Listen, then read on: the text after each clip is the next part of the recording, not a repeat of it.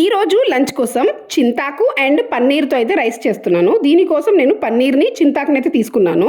ఈ చింతాకు కూడా నేను డ్రై చింతాకు తీసుకున్నాను కాబట్టి కొంచెం వాటర్లో అయితే నానబెట్టుకోవాలి కొంతసేపు. అండ్ రైస్ని మనం ముందే కుక్ చేసుకొని రెడీగా పెట్టుకోవాలి.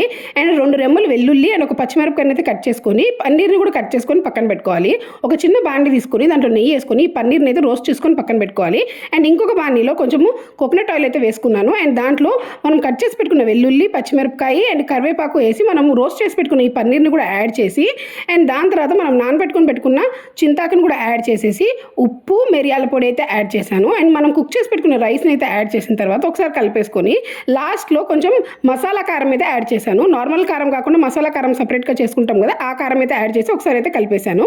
సో ఇలా ఈరోజు వాళ్ళకి నేను చింతాకు అండ్ పన్నీర్ రెసిపీ అయితే చేసి ఇచ్చాను.